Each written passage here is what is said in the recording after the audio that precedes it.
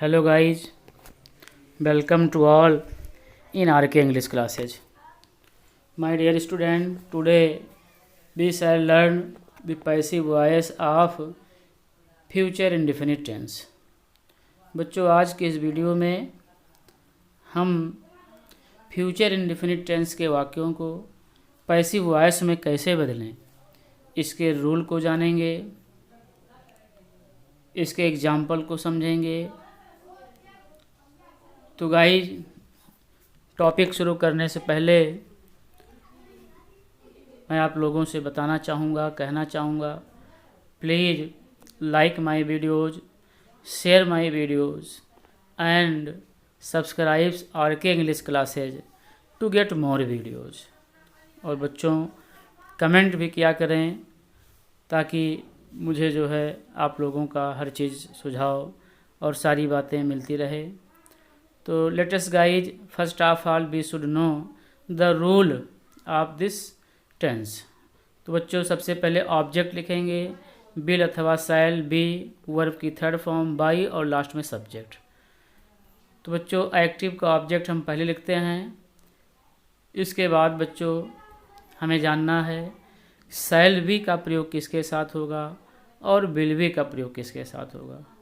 तो बच्चों, जैसा कि हम टेंस में पढ़ चुके हैं और बहुत बार इन चीज़ों को बता चुके हैं, जब हमारा सब्जेक्ट फर्स्ट पर्सन का होगा अर्थात आई तथा बी होगा, तो उसके साथ शैल बी वर्ब की थर्ड फॉर्म का प्रयोग करेंगे और बाकी अन्य सभी कर्ता के साथ यू, दे, राम, सीता इत्यादि कर्ताओं के साथ विल बी प्लस वर्ब की थर्ड फॉर्म का प्रयोग किया जाएगा।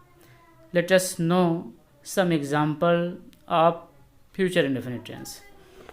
So first of all guys, we should know how to change the affirmative sentences into passive voice. So first example, she will sing a song tomorrow. Guys, ये future indefinite का affirmative simple sentence है। she will sing a song tomorrow। बच्चों, इस वाक्य में हमारा object a song है, इसको हम आगे ले आएंगे, पैसिव वॉइस का सब्जेक्ट बना देंगे, उसके बाद विल बी अथवा शैल बी का प्रयोग करेंगे। तो ये सॉन्ग विल बी, बच्चों जैसा अभी बताया गया कि आई और बी के साथ ही शैल बी का प्रयोग होगा, बाकी सब के साथ विल बी।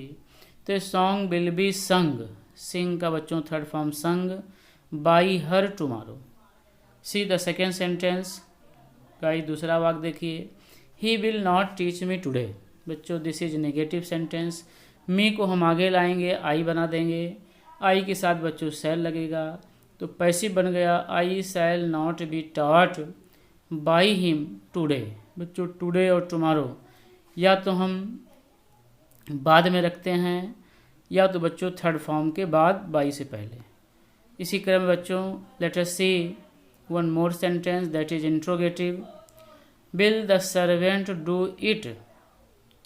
अर्थात बच्चों ये इंट्रोगेटिव वाक्य है और इंट्रोगेटिव का एक्टिव पैसिव दोनों इंट्रोगेटिव में होना चाहिए। इट को बच्चों आगे लाएंगे, इट के हिसाब से हेल्पिंग वर्ब बिल का प्रयोग करेंगे। Will it be done by the servant. तो गाइस, इस प्रकार से 3 एग्जाम्पल रहा। Let us see some more example. बच्चों, we should know interrogative negative। बहुत ही अच्छा वाक्य बच्चों, will you not call me again? will you not call me again को पैसे बदलना बच्चों, तो मी को हम आगे लाएंगे, आई बना देंगे। आई के हिसाब से गाइज शैल का प्रयोग पहले हो जाएगा, तो shall I not be called again by you. बच्चों, जो अदर वर्ड होता है उसको या तो हम बाई से पहले या तो बाद में रखते हैं, जैसे कि यहाँ बच्चों अगेन बाई से पहले अच्छा वाक्य बन रहा था। तो करेक्ट इसका पैसे बन गया guys, shall I not be called again by you. आइए बच्चों कुछ वाक्य और समझें। Why will he not wash his clothes. बच्चों, WH टाइप का नेगेटिव सेंटेंस है, हिज क्लॉथ्स ऑब्जेक्ट है, वाई की पैसिव बच्चों वाई से बनाई जाती है। तो why will his clothes not be washed. बच्चों वॉश का third form washed by him, he को जब हम इधर लाएंगे तो हिम बना देंगे। सो गाइज इस प्रकार से इसका पैसिव रहा वाक नंबर 5 का, why will his cloth not be washed by him. बच्चों वन मोर एग्जाम्पल हु का देखेंगे, who will teach us now.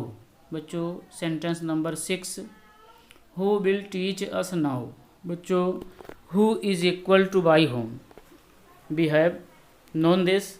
बच्चों हम इसे जान चुके हैं कि हु बराबर बाई होम और अस के हिसाब से बच्चों सहायक क्रिया। तो by home shall be, WE फिर BE taught now, by home shall be taught now. तो इस प्रकार से बच्चों ये पैसिव रहा फ्यूचर इंडेफिनिट का। I hope my dear students you will have understood the rules and examples of future indefinites. With this, thanks for watching the video.